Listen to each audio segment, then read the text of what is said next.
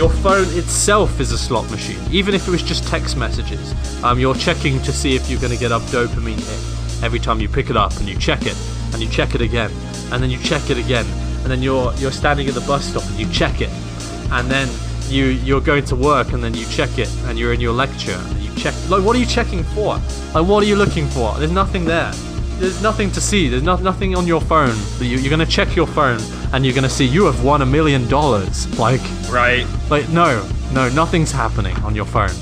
Like, don't check it.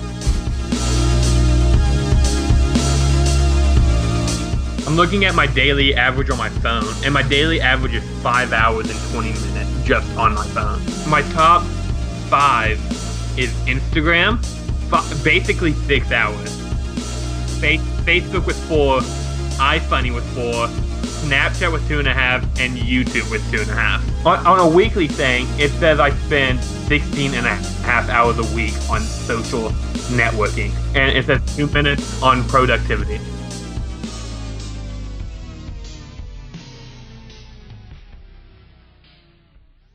So hello guys, welcome today for another episode of the MvR podcast. I've got here Ryan with me. Say hello, Ryan.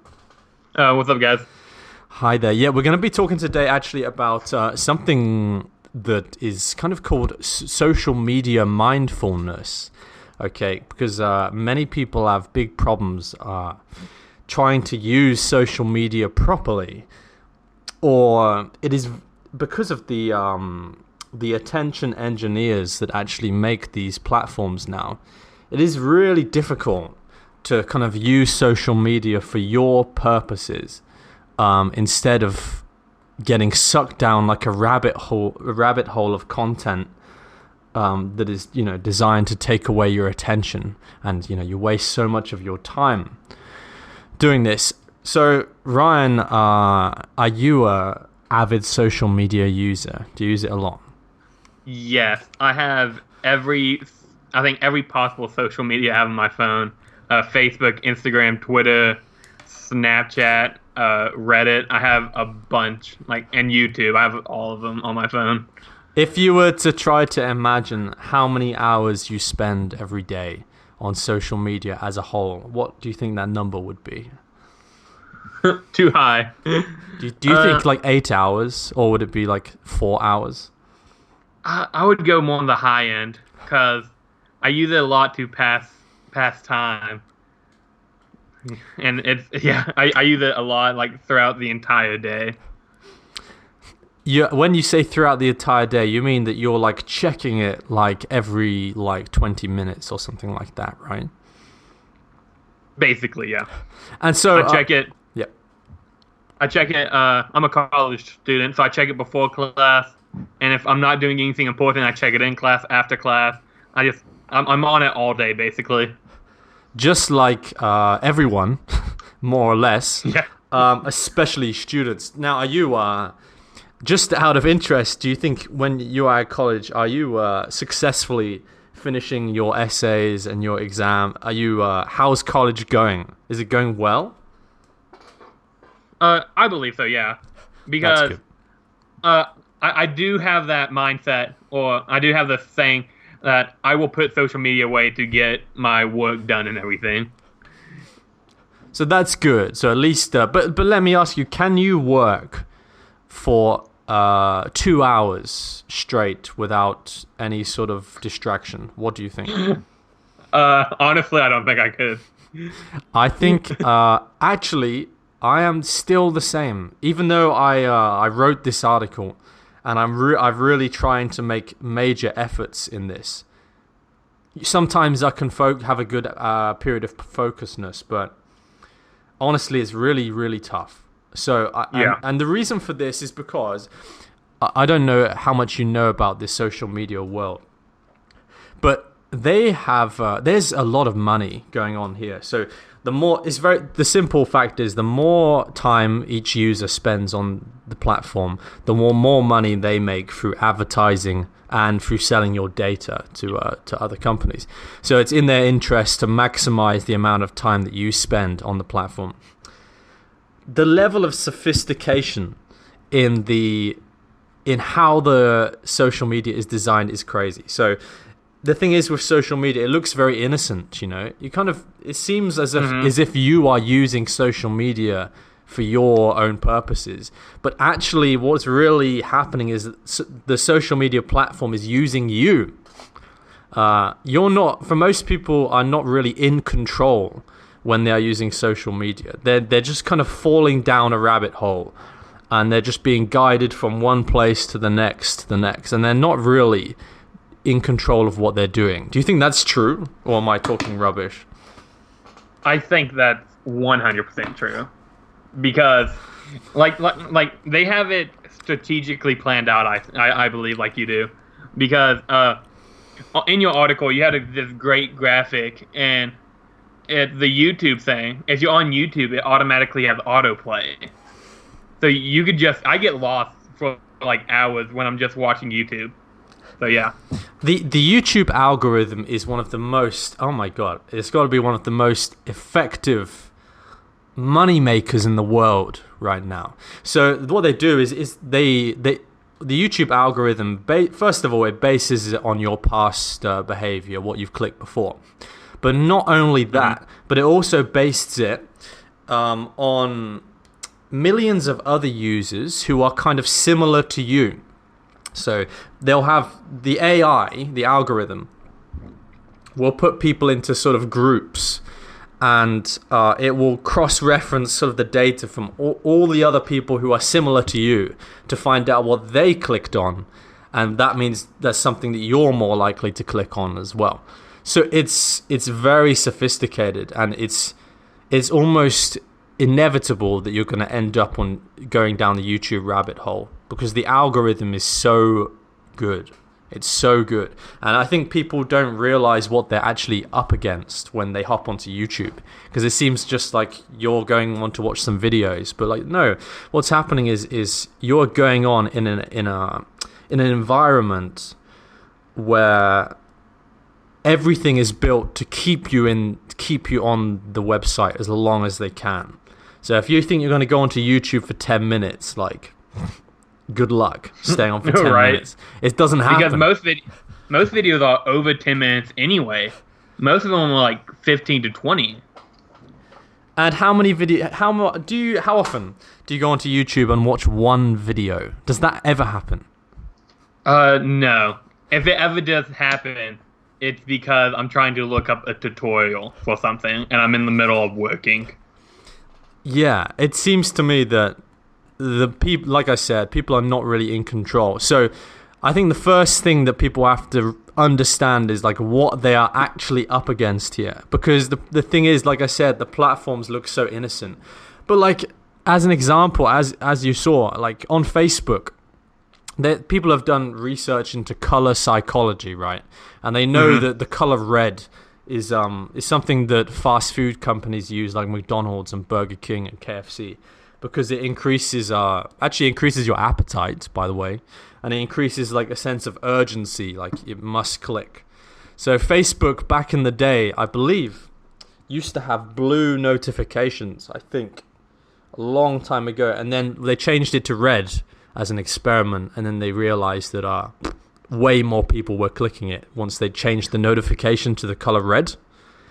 And they have tested every little thing like that on their platforms. It's crazy, man. It's mad. And so which social media do you use the most, do you think? It's probably Facebook or Instagram. They are the worst. And after you are finished using Facebook, are you happy about what you've been doing? I'm not happy with the time I wasted. No, I'm not happy about that. Do you get... Yeah. Oh, go ahead. Do you get any interesting or useful information from your 2 hours on Facebook? Very little, I would say. Very little. Like maybe something about I watch sports, maybe about basketball, football pops up, but that's every like now and again. every now and again, right? So in 2 hours, maybe you find like 5 minutes of something that could be useful. Yeah. Something like that. So why don't you just stop using Facebook? Because it's an excellent time waster, honestly. And why do you want to waste your own time? I don't have an answer for that, honestly. I just use it to if I'm waiting for something, I'll get on it, and then I'll be on there for a while. Then I'm like, oh, maybe I should stop. But then I'll be like, all right, let me look at this last thing, and then I keep going. You know, it's terrible. The Facebook news feed is the same as a slot machine at a casino. So every time you give one scroll of the news feed, it's the same as going to a casino and pulling the slot machine lever, right? Because what you're hoping to get is something that will give you a dopamine spike in your brain. So every time, just like gambling, it's the same thing, dopamine spikes. So every time you scroll, you want another hit of dopamine, basically. And it never ends. There's no bottom. It's endless. So that's what you're dealing with when you're using Facebook. So would you be happier if you weren't wasting as much time on social media? I think I would be a lot more productive. And being a lot more productive, what does that mean really? Like you would get better grades in college, and you would what else would you? Because you say you spend like 8 hours a day on social media, right? Yeah. So yeah. If you were not spending it on social media, what else would you be doing alternatively? I would probably get my college stuff done sooner rather than later. Like I told you before we started recording, I am working on my own podcast, so I'd probably be working on that more. And I probably, from social media, probably find a different form of media in like video games or something. Yeah, because there is, like, everybody, most people have some downtime where they want something to do.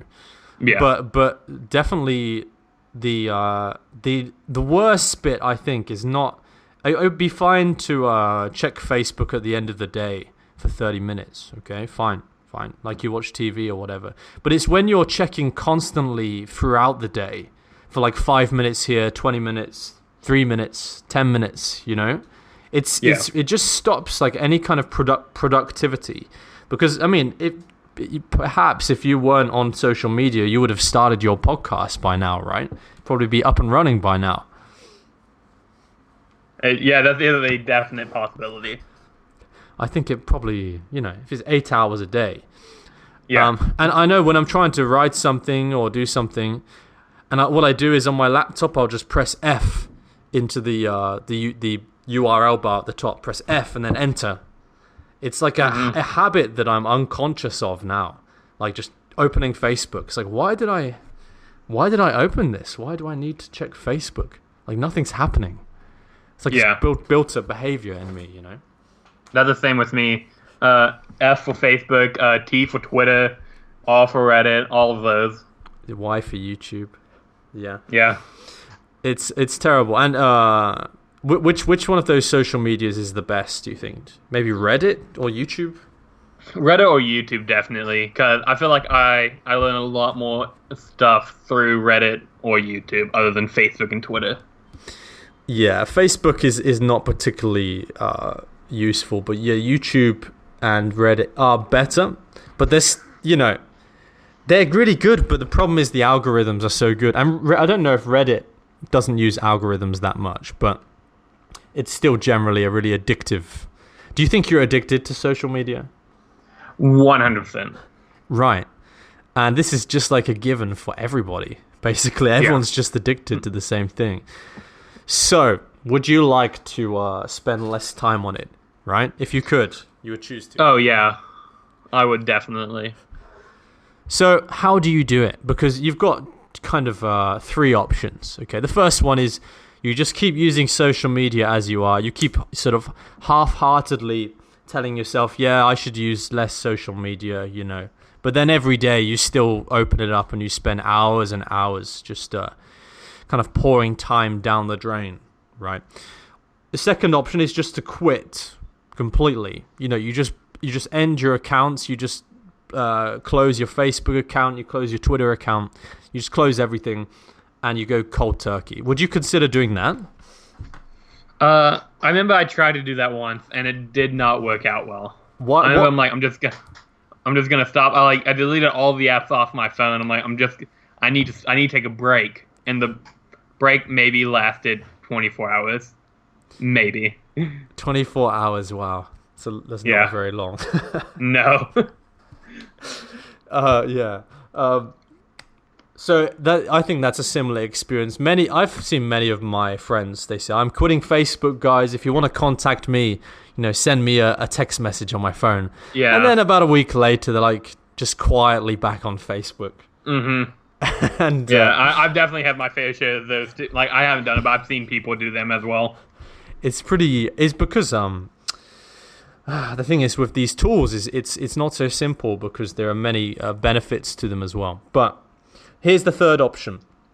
You become mindful of your social media use, and you actually have some control over what you're doing when you're using social media. That's option 3. Which option do you prefer? I would prefer 3, actually. I think because I don't want to keep wasting my time, and I know I can't quit cold turkey.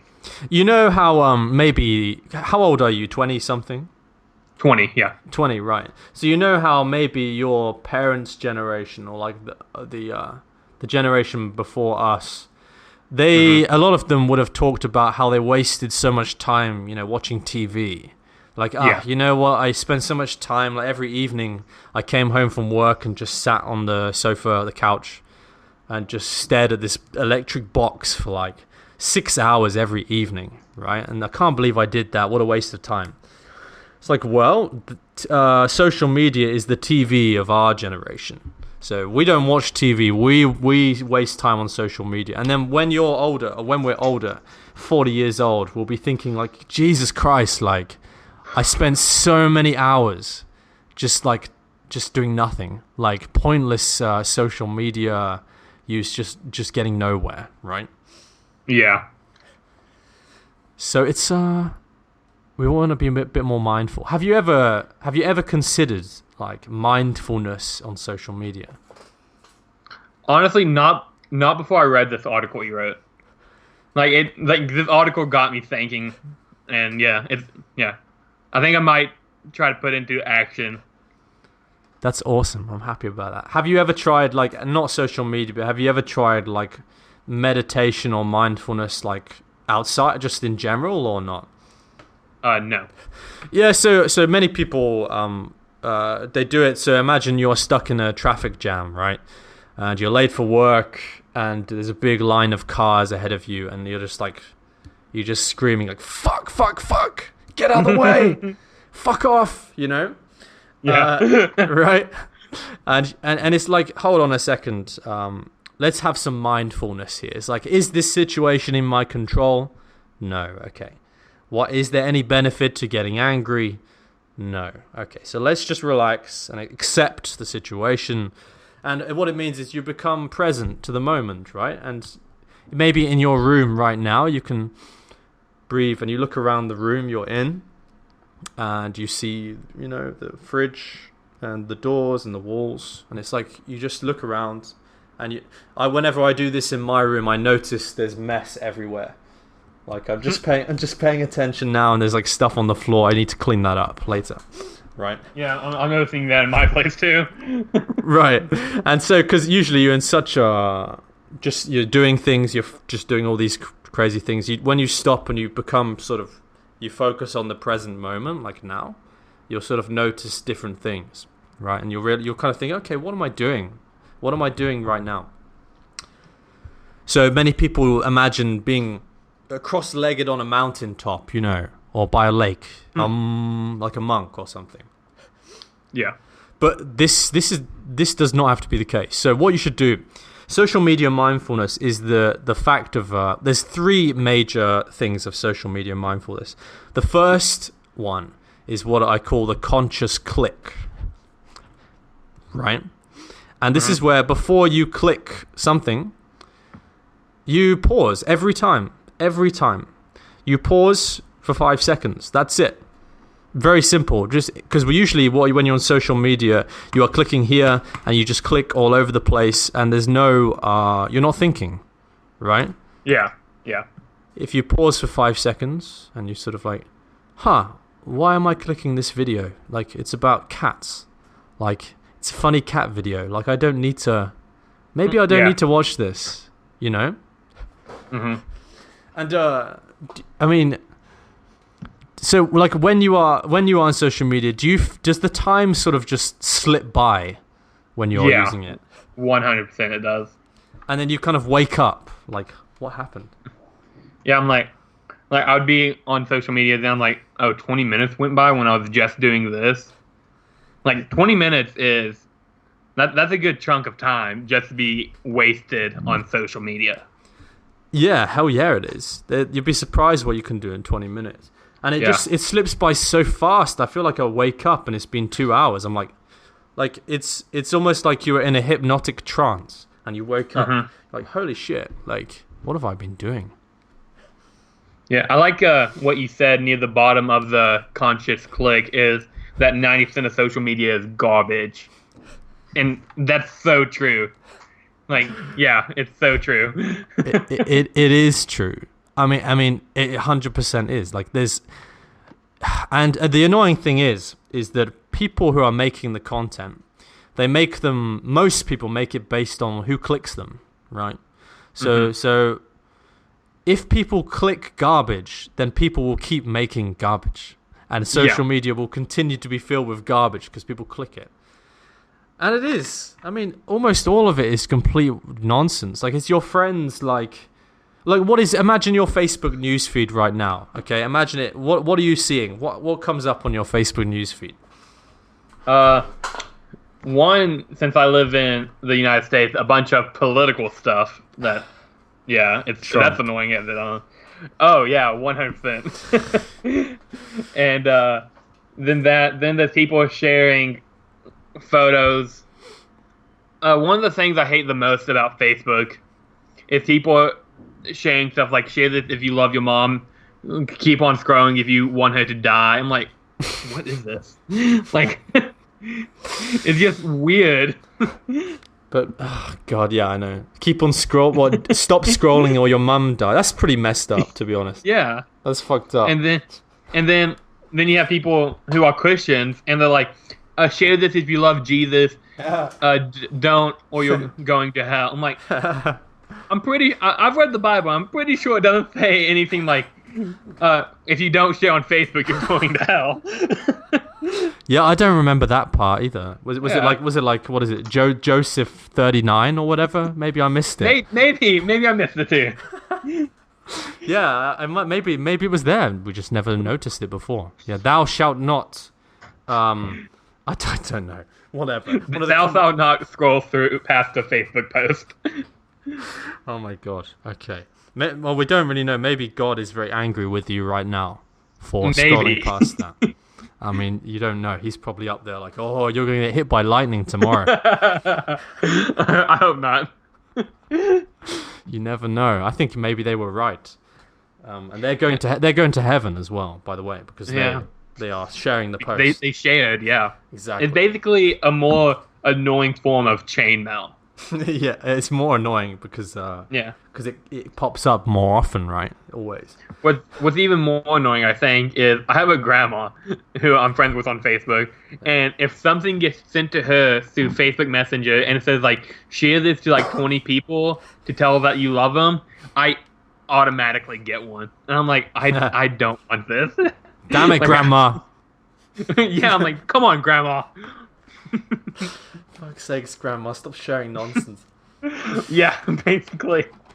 That's a big problem with Facebook, is that it's full of old people now, which can be annoying. Instagram is where the young kids are at. Actually, the younger kids are at Snapchat nowadays, I think. Anyway. Yeah. So what was that? Yeah, you were talking about all the political content, right? Do you ever find yourself getting outraged and writing comments and stuff like that? No, because I don't like to talk about politics at all, because I know that people, they don't listen to hear you out. They listen so that they can argue with you. So that's one of the main reasons I don't talk about politics. But speaking of my jacked up family, not only does my grandma chainmail, my uncle does that. He will comment on stuff about political BS and all that too. Like it's bad. I hear this a lot from America. I think it's really bad at it because of Trump right now. It's like splitting families up and stuff, isn't it? I've heard. Basically.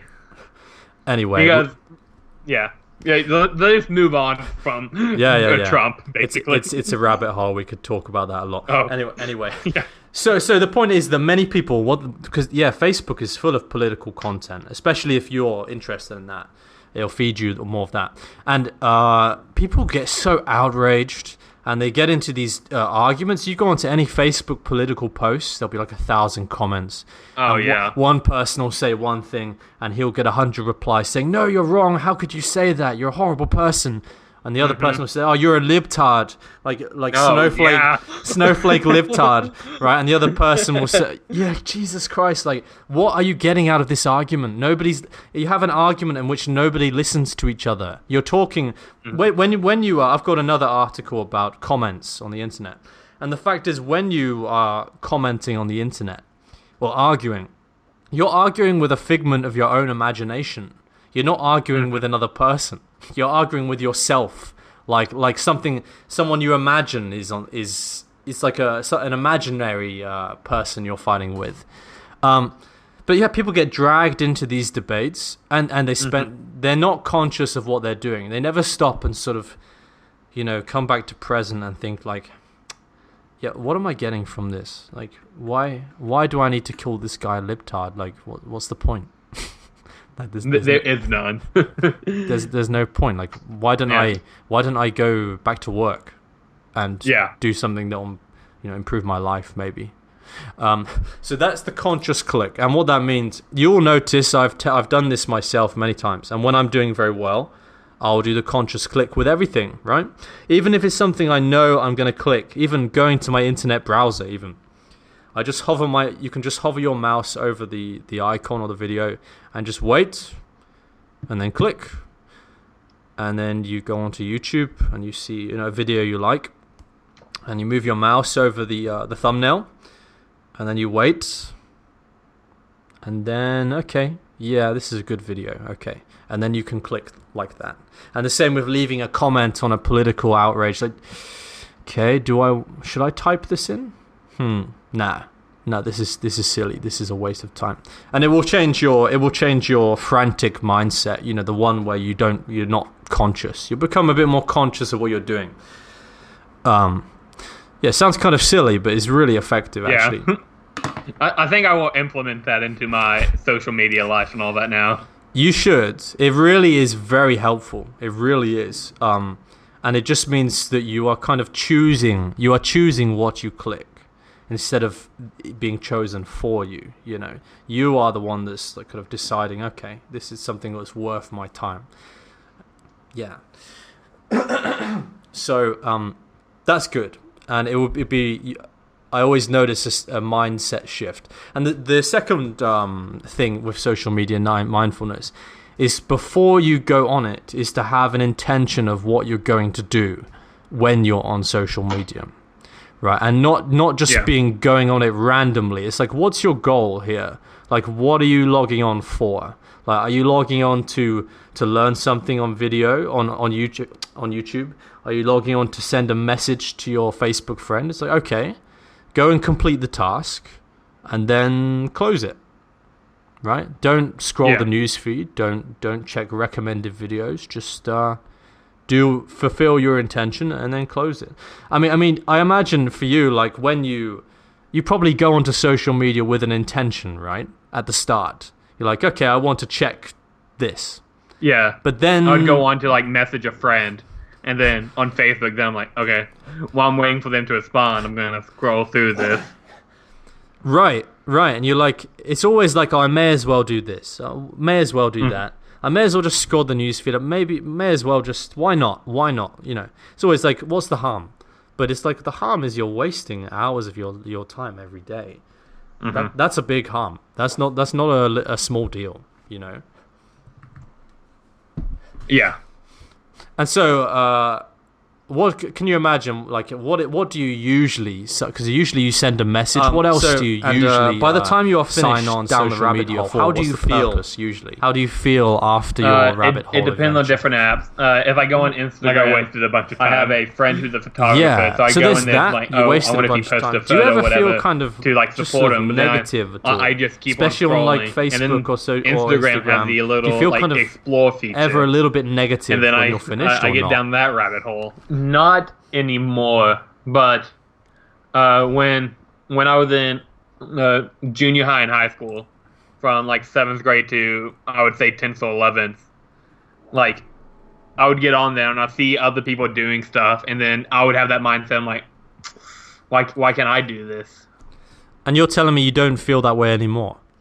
No, because I know what I'm trying to do. I know where I'm at in my life, and I know I don't need to compare myself to others.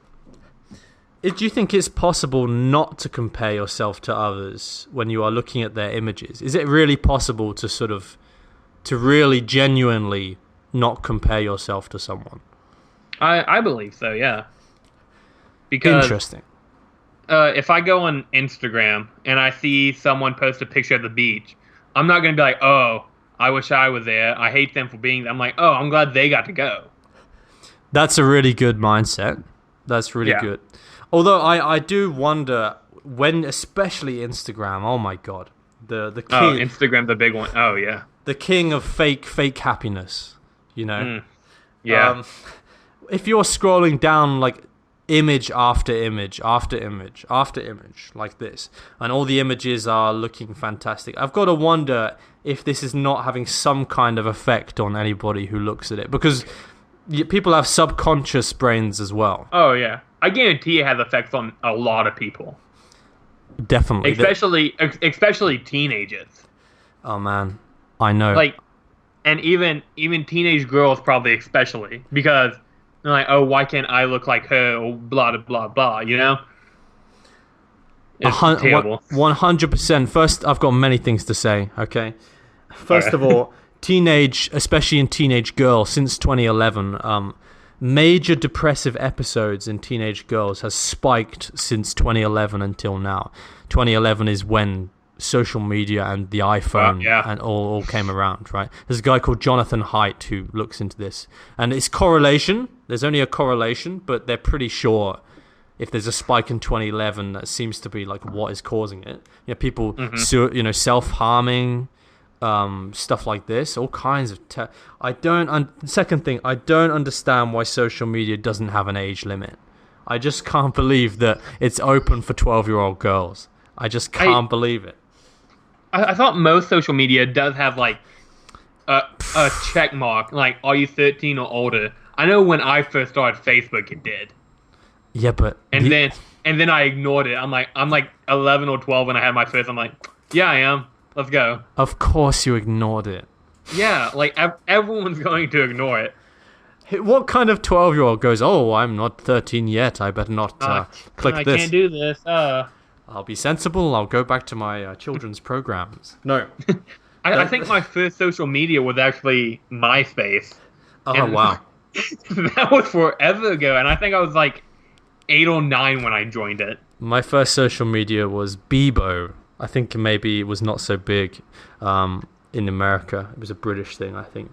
Bebo, I think I was...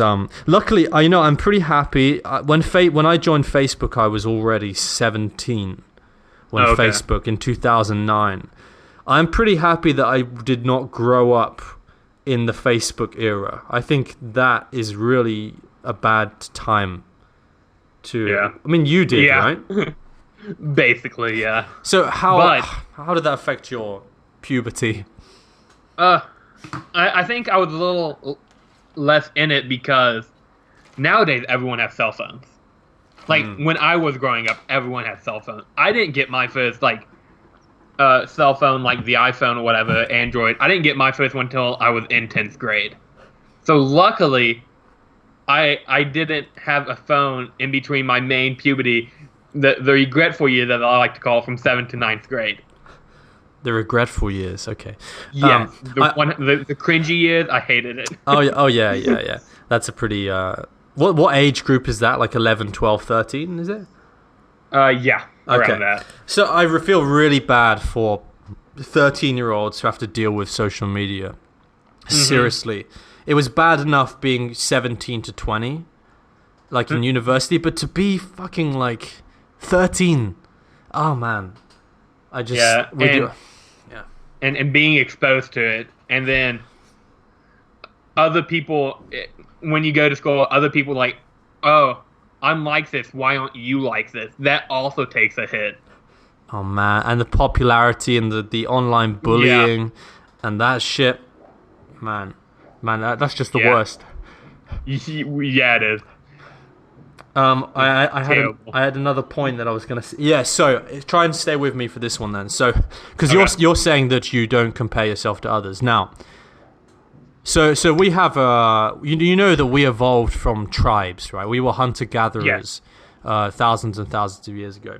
Now our brain is actually built in layers. So millions of years ago, we had the basic parts of the brain like the need to eat and have sex and drink water and all that stuff, and the brain built layers on top of that, layer after layer, until we got to the most modern layers, which is the prefrontal cortex. And this is what makes us sort of more sophisticated than animals, right? We can make decisions and use computers and drive cars and stuff like that. That's the most modern part of the brain. So back in our hunter-gatherer tribes, our subconscious brain is evolved to live in tribes of about 100 people, 150 people. So if you have a natural mechanism in your brain, it's called social comparison theory. And it means that you compare yourself to other people because your brain thinks you're in a tribe, because that's what it's evolved for. So your brain is always comparing yourself to other people, especially girls. Okay, because if you were not in the loop or whatever, and you had a low status in the tribe, right? You had a low status. You would risk being kicked out the tribe and being killed, basically, because you would be out an animal. You know, if you lose your tribe, you're done. Back then. So you've got a really strong need to know what your friends are doing and compare yourself socially and all this.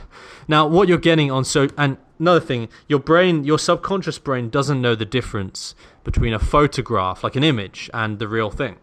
It just sees the stimulus. You'll see an Instagram post, right? Imagine you're a girl, an Instagram post of your friend, and she's doing yoga or something, and she has like the perfect boyfriend. It's like, oh, her life is so perfect. What you're getting in your brain is you're going, okay, I am lower status in the tribe than her. Okay, she's having this is an image. I see the image of her being happy and having great success. I'm lower status than her. That's what is happening subconsciously, right? And you see this again and again, image after image after image. And every time is a message going to your brain, I must be low status in the tribe. I must be a lower member of the tribe. And I know that sounds crazy, but that's what your subconscious brain is kind of doing when you're exposed to these images. Because like I said, your older brain, you know, the old layers of the brain, they are not evolved for images. They see an image and it thinks that it's kind of real. It doesn't know that it's not a real thing because our brains are not evolved to... That's interesting. Yeah. And so what that means is that when you go on social media, you're getting a constant reinforcement that you are like a low member of the tribe. You are not as good as the other members in your tribe, right? What do you think of that? I believe it, because at one point I was like that. Obviously, I was a teenager. Yeah. I remember I had Instagram, and I know multiple people have done this. You would post a picture and you would barely get any likes, so I would take it down. I'm like, maybe that's not a good photo. Right. And it's terrible. And people nowadays judge themselves by how many likes they get. Yeah, they do. I do think there is a little bit of an awareness of how social media is bad. And some people are sort of moving away from it a little bit, I think. But still, on the whole, it's Yeah, people are judging that. And then also the thing is, right?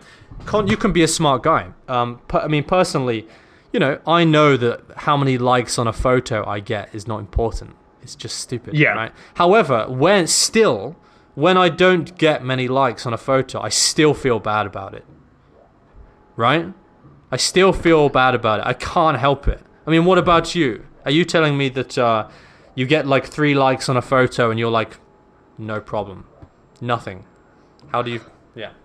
I don't really post that much on. Yeah, me neither. I don't really post that. Yeah, I don't really post that much photos. And when I do, I think I would post. I dabble in like Photoshop, After Effects, and all that. I do like special effects. So when I post something, I'm like, hey, I'm proud of what I've done, and I want to show people it. That's a bit different because that's showing off your skills. When it's just like a photo of you, it's you and you're rock climbing or you're like doing something, right? I don't know when the last time I posted a photo like that, honestly. That's probably a good thing.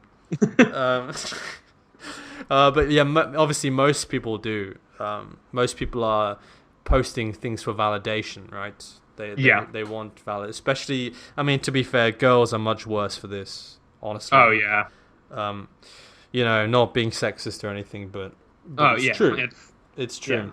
Because they're built that way. There's very social life is very more important for women than guys, I think. Anyway, so I've lost my train of thought now. Anyway, the point was. You can get sucked. There's so many. That's another form that you get sucked into social media is the comparison game. So if you think about your Facebook newsfeed, you've got the comparison game from your friends. That's bad enough. On top of that, you've got advertisements. You've got political arguments. You've got just all kinds of like things that will take your attention, like stupid YouTube videos, like videos of animals.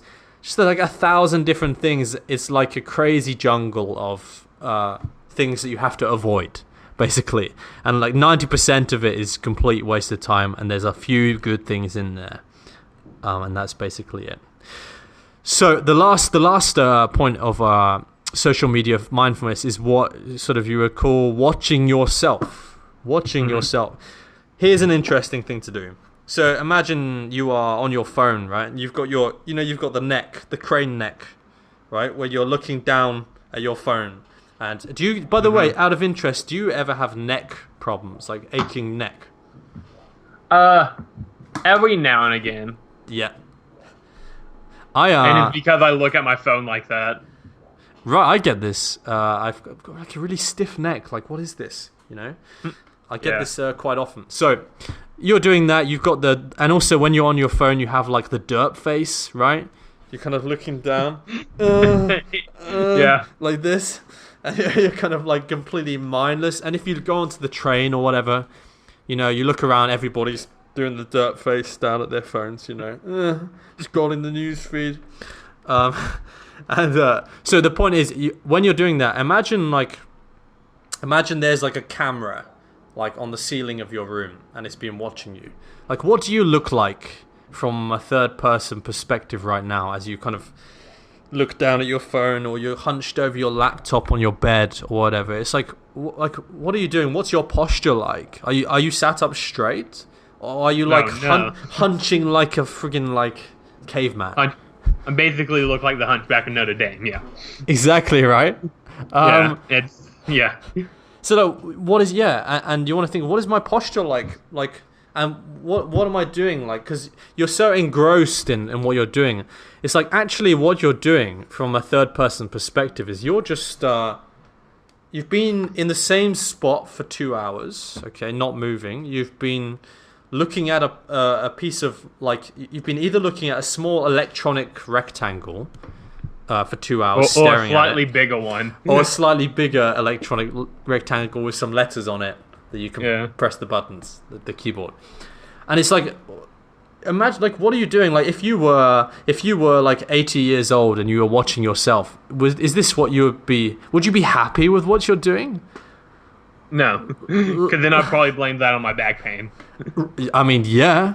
Yeah, people will have back pain in the future. Yeah, they'll have more back pain because of this stuff. They'll have more neck problems, for sure. So that's the point, is watching yourself, like, notice what you're doing. And notice when you're getting into a political argument full of friggin' complete nonsense, right? It's like, why? And notice also how, if you have negative emotions when you're on social media, like, notice, like, wait, why do I feel bad? Like, when I came onto social media, I was feeling fine. And then I've been on it, I just feel bad now. It's like, wait, why do I have these negative thoughts now? You know?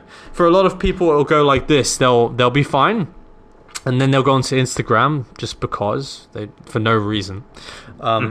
They'll scroll down, and after about 10 minutes, they'll start having thoughts like, what am I doing? Where am I in my life? I feel like, maybe I should I should go to the gym more, or maybe I need a new haircut or something. Maybe I need to eat less, which is terrible. Maybe I need to eat less. Maybe I should go on a diet. God, I wish I had, a better, I wish I had more money. Maybe I should start a business or something. And you end up just chasing these shadows. Chasing shadows in your own head, right? Just grasping at nothing. Yeah. And like you said about the losing weight thing, of course people retouch their photos as well. Yeah. On social, it's very easy to do now because Instagram had the built-in photo filter thing. So it's convenient. Yeah. I don't know if you're aware, Instagram has the filters. Okay, so that's step one. No, step one is photo selection. Okay, so you select the photos that look the best. Okay. Step two, you have your filters. The ones built into Instagram. You can, if you're looking a bit pale, you can just whack on a filter and you look sort of much better, right? Step three, you know about Facetune, right? Facetune? Yes. Yeah. Have you seen what you can do with this app? I don't think I've ever downloaded the app, but I know that you could change a lot, if I'm not mistaken. You can change. Okay, I remember many years ago, a few years back, I went onto Tinder, right? I tried Tinder, and I remember looking like everyone looks so perfect. Like, I can't believe it. Like, there are so many beautiful girls everywhere. like how I can't believe everybody looks so good. And then I realized they're all retouching their photos. Like, what they do is you can make the whites of the eyes more white. You can actually change the shape of your face. So if you've got quite like a round face, you can just use a little tool on your phone and you can nudge in the face to make it sort of like looking better. You can brighten the color of your eyes to make them pop. You can, if you have a big forehead, right, you can lower your hairline to come down a little bit, right? So you can change everything. So that so you could even get rid of the bags under your eyes. Oh yeah, easy. There's actually a tool. It's called something like eye bag remover or something. It's specifically made to get rid of the black marks under your eye. If you have any wrinkles, no worries. Just use the anti-wrinkle tool, and you can just rub those away. Teeth whitening, you can whiten your teeth easily. I'm trying to think, and you can change the shape of your body. So often girls, they will, if they're overweight, they'll use a tool to sort of to make themselves slimmer. Right, and sometimes you can see if they are standing in front of a fence or something. You see the background sort of bending, like they're going into a wormhole or something, just behind them. Like they're going to. A lot of social media people use that. They all do. It's completely normalized. It's one of those weird things which is everybody does and nobody talks about. It's really strange situation. Unless you get caught. Unless you get caught, but you know what? People get caught, and it's like, okay, well, we're all doing it, so, and so the standard of beauty just goes up so much that it's impossible for anybody to reach.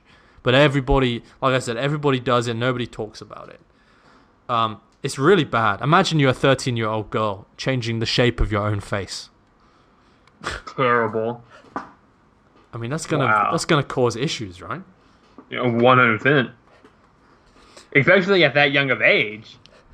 Right. What's that gonna do to your mental health that you are changing your own face with every photo? The app costs about $4. There's no age limit. So Wow. yeah, people need some social media mindfulness in their life, I think. And if you want, now I'm going to get a little bit more woo-woo with you, okay? So spiritual people, they say that we have different levels of consciousness.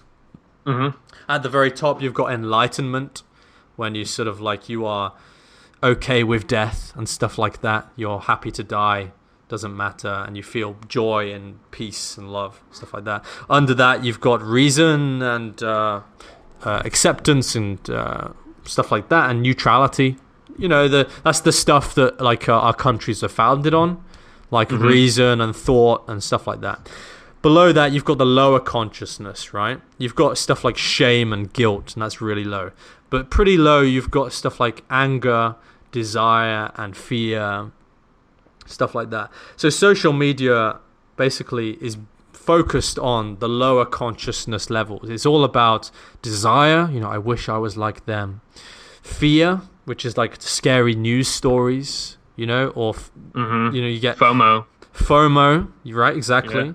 Yeah. Anger, political outrage on different content. So all of it is based in the lower consciousness. Oh wow! And that's what you're looking at all the time. So that's insane. Yeah, that's it. So what are you gonna do from here on out? Are you gonna change after this conversation? Are you gonna change 100% and become a mindful social media user? I think I will. Like, I think I'm definitely gonna do that conscious click, like waiting 5 seconds before you do anything, trying not to go down the rabbit hole, and all that. That one is particularly easy to do. Well, actually, it's not that easy. So you try going to your Facebook notifications, and then there's a red number next to them. It said you have 5 notifications. And you try not clicking that. It's pretty hard, actually.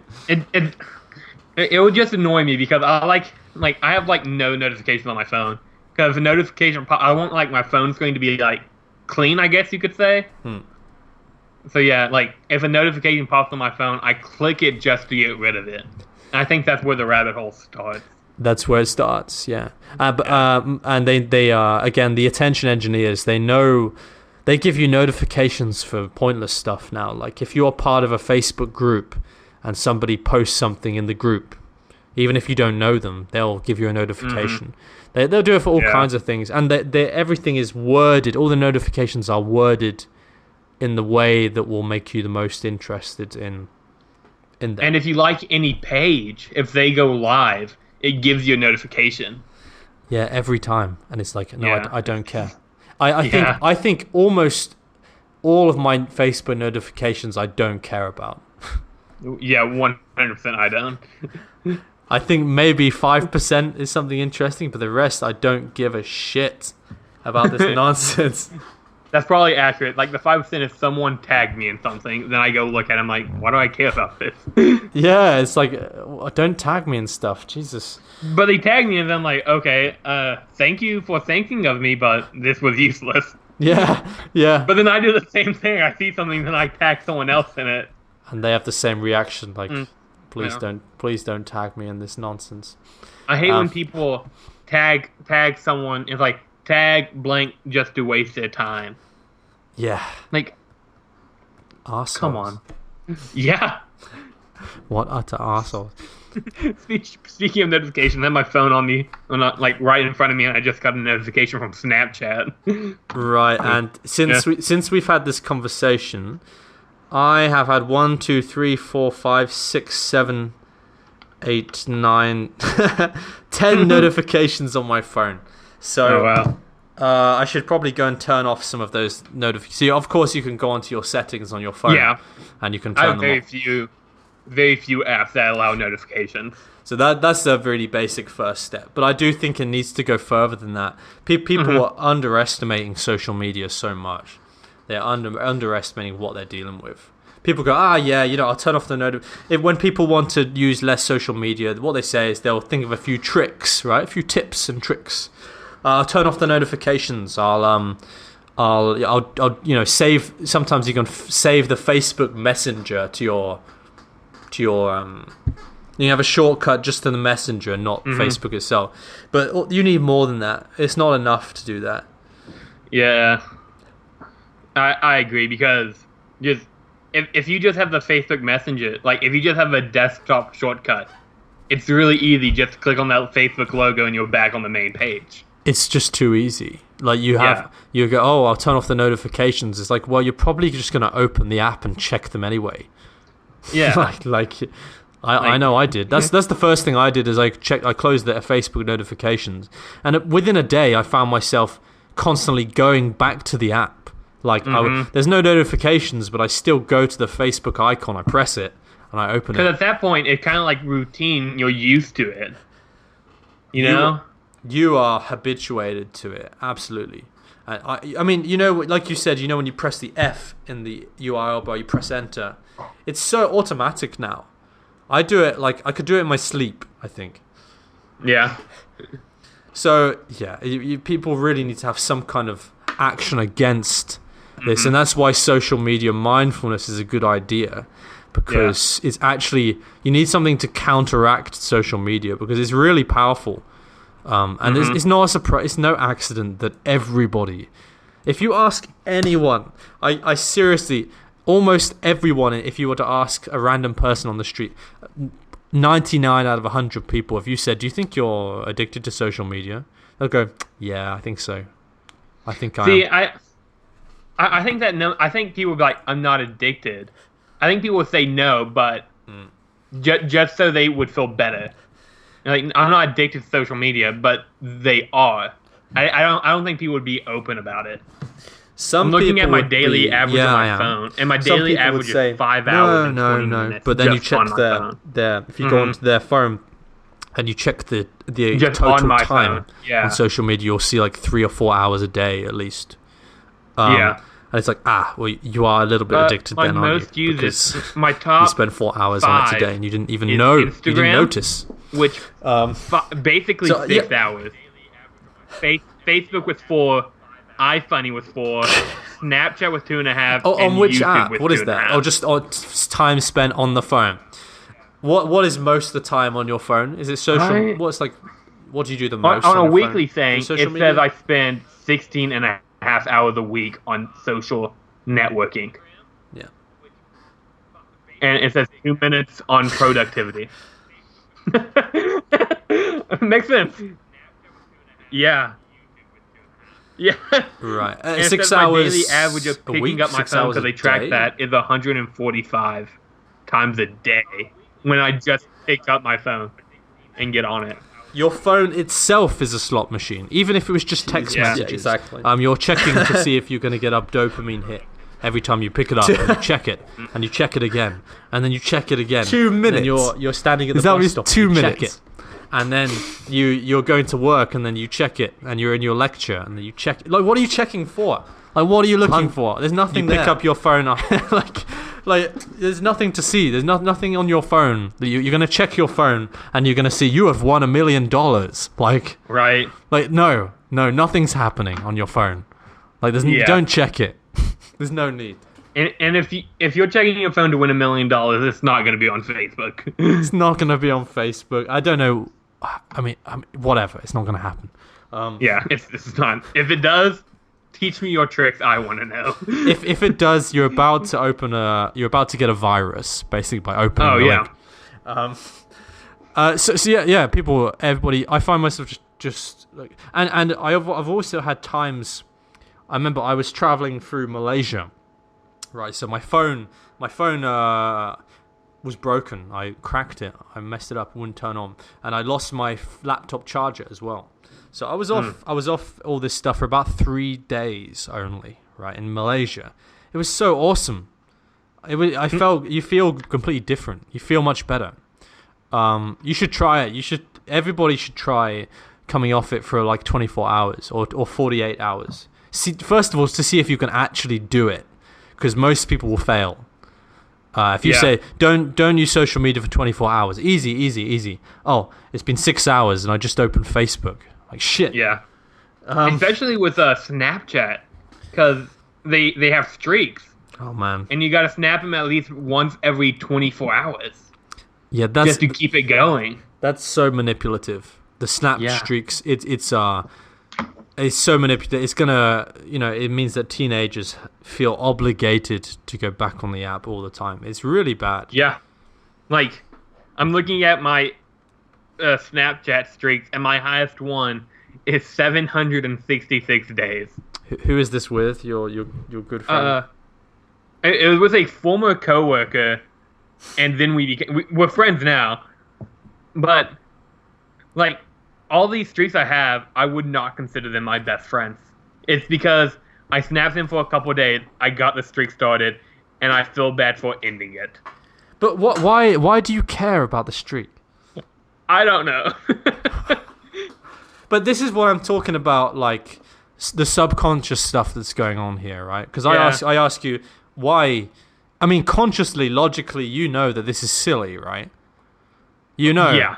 But you. I know that these mean nothing. Right. It's not like you win a prize for reaching 1,000. Right. So logically and rationally, you understand that this is silly. However, people's behavior is different from what they rationally think.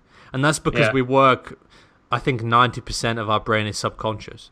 So the snap streaks, it's a sense of obligation. And when you cut off the snap streak, it's like, first of all, you're losing time invested. It's like you're losing something, right? You feel like it's a loss, even though it's not. And also, you feel like you are losing a relationship with somebody. You are offending them. And this is what's going on beneath the surface of your brain. The people who design these things are very smart. Very smart. They're making lots of money off you. But I will end... Like, I have ended a couple Snapchat streaks because most people, they keep a Snapchat streak by just sending a mass Snapchat with just the letter S to mean streaks. And I hate when people send me that. I'm like, no, like, at least talk, like, say something to me. Then just send me a white S. I don't care about that. Because I did have a Snapchat streak with someone, and it was like 400 days, and that's all they sent me. So I'm like, I'm not gonna keep this up. It's annoying. But what's the point? There is none. What? Like, okay. So I never was really on Snapchat, so it's kind of past my time. But I know about snap streaks. I know that Snapchat, I believe, is the main social media for like people under 18. I think. Oh wow, I didn't know that. It makes sense. I don't see a lot of older people. No. Like on Snap. I get the sense, I'm not sure about this, but I think Facebook is like it's for everyone, but older people use it. Instagram is for people, I think probably people like, I'm 27, people my age, early 20s, I think. And for the teens, I think is Snapchat right now. I could be wrong about that, but I think that's how it's going down right now. And I think also TikTok is coming along as well. The new app. Yeah, my little brother, he's like a year younger than me, I think. Right. Like he's on it, and then I have a younger sister who's I don't know how old she is. I feel bad. Wow. But she uses it. Yeah, I know. I think she's like 7th grade. I don't know, but she uses it, and I see them like that's just a waste of time. But then I scroll through Facebook, I'm like, this is a waste of time too. And your parents are thinking that's a waste of time. And then, but they're watching the TV all the time, and you're thinking that's a waste of time, and everybody, and everyone their has parents, a form of media to waste time. It's only going to get worse. So social media is not the reason we have to deal with this now. Is because social media isn't going anywhere. Social media is here to stay. And what's going to happen in the future is eventually virtual reality headsets and VR will become the main. Smartphones eventually will not be so popular. So at some stage, it could be like the Google Glass, something that you put on your eyes, or it could be holographic. I know that sounds crazy, but the technology is there. Yeah. Or you might put on like an actual VR headset. Yes, although they are a bit bulky. Yeah. But maybe VR headsets are not socially acceptable yet, but they will be. VR will become. Yeah. I know some of the more recent VR headsets, like with the older ones, you would have to put cameras around your room so they could track your movement. But now, like some of the newer ones have like a camera built into the headset, so you don't have to have cameras, you don't have to have wires on you. You can just kind of like freely move around almost. Yeah, the technology is going to get better and better. I kind of feel that maybe the headset won't be necessary, and you might be able to wear glasses in the future, maybe. That makes sense. It's much better, and you can wear them fashionably as well. And just as a side note, imagine you'll be able to use Google Maps like in front of your eyes. So you can just see where to go, and you'll get the prices for things. You look at a restaurant, and the price will pop up, like the menu will like pop up on your eyesight, and all this stuff It's almost like I don't know how big of an I'm a huge like Marvel nerd. I don't know if you are. Not so much, but well, Iron Man has these glasses, and it's basically a smartphone that you could see, and it's like voice activated. I did see that. I think actually, I saw it on the latest Spider-Man movie actually. Yeah, they're the same thing. That's This will become reality. I know this will become reality. We're already cyborgs in a sense, so that we have a phone, but soon we'll be on our eyes, and we'll be able to control the. Anyway, the point is, in the future, this is important. Social media will be sort of 3D in the future. Yeah. So the concept, the structure of social media is not going to change. It's always going to. We always have a need to connect, and compare ourselves and make other people jealous and stuff like that. It's not going to go anywhere. But in the future, it won't be on your phone or on a screen. It will be VR. So what's going to happen is just going to get more intense.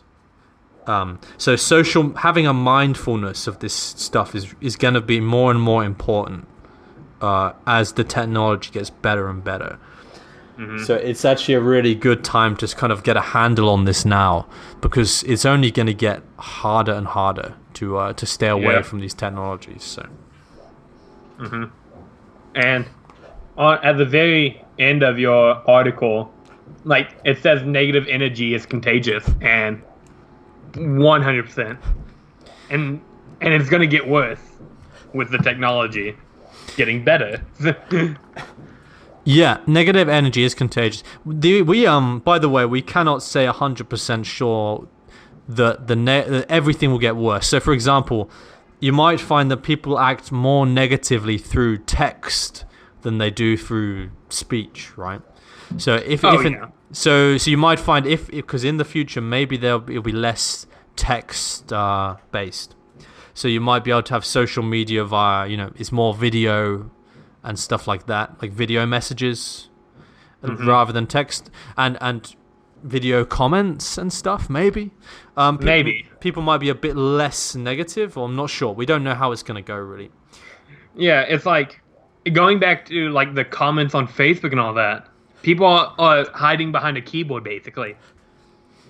I'm pretty sure they wouldn't say that.